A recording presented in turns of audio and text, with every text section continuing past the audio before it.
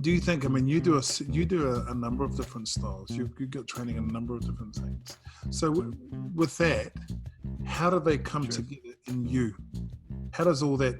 How do you, being a Okay. Filipino martial artist, jiu-jitsu, and forgive me, I'm missing anything, karate. How does that come together in you when you teach karate, for instance? So, are you a karate guy who's teaching some Filipino stuff? Are you a Filipino practitioner who does a bit of karate? How do you see yourself? Oh, sure. Okay. Um, I try to, and my sensei wanted to see this happen too. Uh, I try to keep them separate and focus on them being taught as what they are, and not blending them together. It's one thing for me to, if I'm sparring, to move from one thing to another because it's natural, because they're in there and you can't necessarily stop it. You react. Uh, but when teaching and when following the etiquette and the philosophies and the traditions, to try to keep those compartmentalized to what they are. Especially in our school, since we teach multiple, if a student's only learning one of them, it does them a disservice to really make it too broad and have everything just rolled into one. If they're learning karate, I need to teach them karate. And if it would be done in the different martial arts, a lot of times I think one of the biggest things that is different is the environment and the emphasis. So your environment and culture plays a big role into why they did things, and then the emphasis. Filipino martial arts is a really good example of that. Karate. If you are, I will say, fortunate enough to train in a karate school that does kabuto, that has weapons, very often the weapons are taught last. And sometimes you are a black belt or at least a brown belt before you ever pick one up. My school is not like that. You pick up a weapon early on, and I'm thankful for that. But a lot of them, you start empty-handed. You don't touch a weapon for a long, long time. In the Filipino martial arts, you start with a weapon and you don't go empty-handed for possibly a long, long time, Roger. depending on the progression. And so when you do them both long enough, you see a lot of overlap. But the emphasis is what's different. And remembering that emphasis when you teach, yeah, I need to make sure that I'm giving emphasis to what this art would do, what their motivations would be, what they prioritize, and then I'll drop things every now and again. I'll say, if this was, if I was doing Filipino martial arts, then I might enter this way or something like that, just to maybe hint at different ideas and to show that there's other things out there. But then I don't spend any time on it. I just show, hey, I might do this, but today we're going to do this because of this. And then we go, but now maybe it's in the back of their head. Well, maybe I want to know more about that. Because I think people should explore and understand. It doesn't mean that that's the appropriate time, though. I shouldn't go, well, this reminds me of a Filipino move, so let's turn the last 45 minutes of this class in karate into a Filipino martial arts class. I think that does a disservice to everybody who's there to learn karate. I think that we were talking a couple of days ago, and we were talking about sometimes to combine these really strong elements is to diminish the power of them individually and collectively. So everything has its place and its space and its time. I'm going to give you a magic wand question. So, All right. Kenfu of Kenfu TV, for some reason, you have been handed a magic wand, and you, like Funakoshi, have been given the task of introducing karate into the American school curriculum. How do you do it? How do you do it? And money is not an object. Interesting.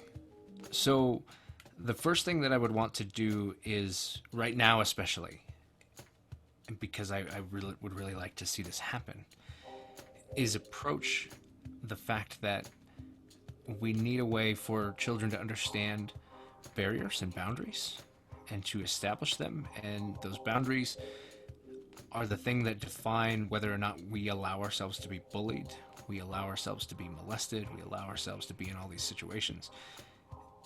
It's a very common thing right now to establish a policy of just not talking about, kids getting raped is not something we want to talk about because that's really messed up, so we just won't talk about it. Cool, now kids don't know about it, So then when things happen, and I'm not saying I want to go teach a karate class all about rape, right? I mean, that kind of sounded weird, but what a martial arts class does well is teaches how to define boundaries and how to establish the idea that when you see these boundaries going, you need to defend them, because if you don't defend the boundary, then you let somebody a little bit closer and a little bit closer until it's too late to do anything that's going to be effective. And that confidence, right now we have the biggest issue with kids having anxiety and depression and a number of different problems. You know, bullying has moved from pushing a kid into a locker to, you know, texting him every day to tell him that he should kill himself.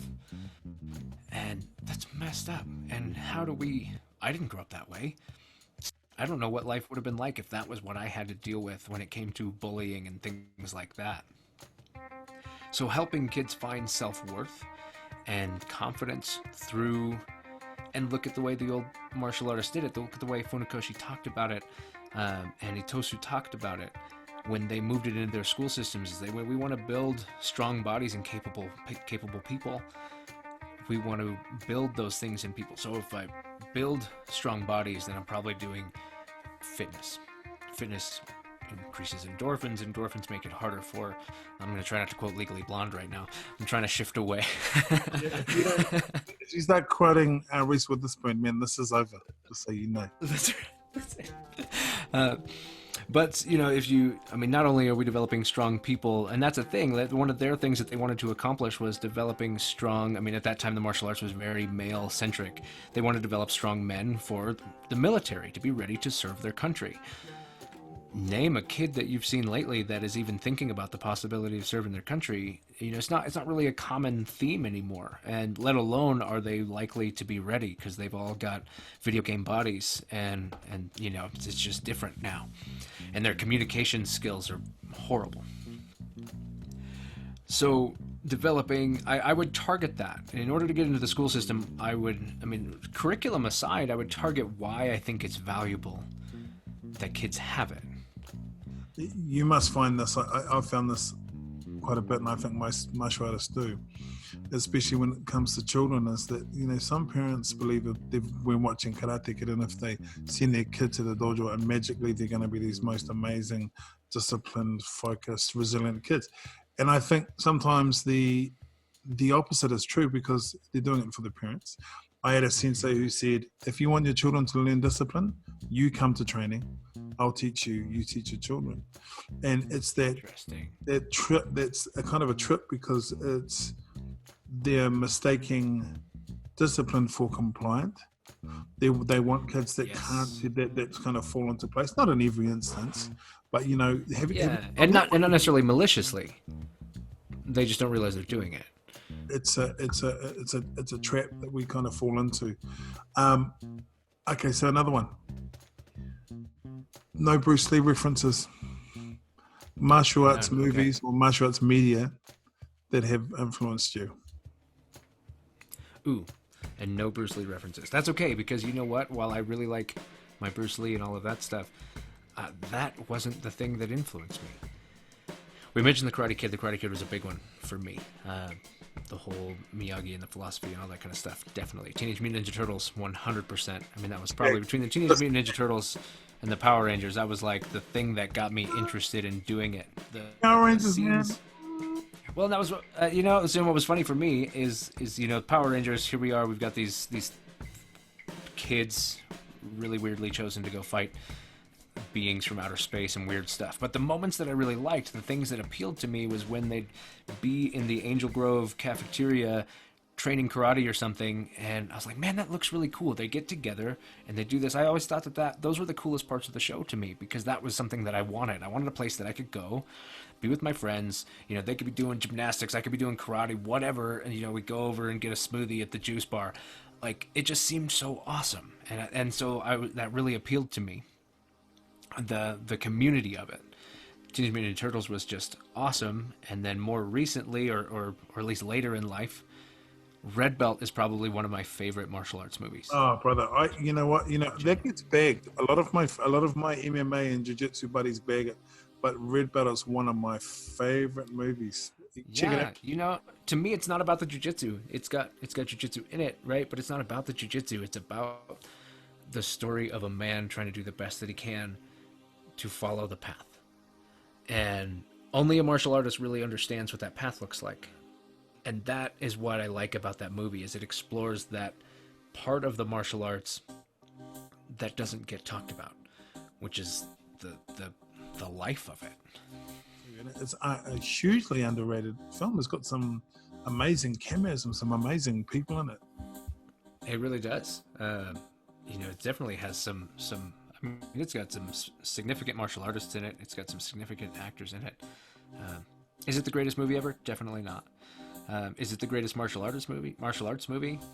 Really, probably not. You know, people had different feelings about the martial arts that happen in it. There aren't actually a lot done in the movie. It's not an action movie, and it's why I'm reluctant to show it to a lot of people too, because it's a thought-provoking movie, and you have to come at that movie in a place where you're open to that.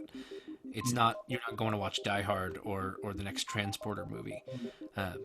It's something different. So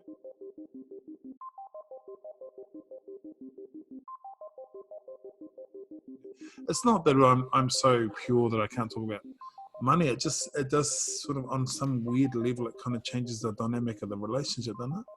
It does, and I personally just find it embarrassing to talk about.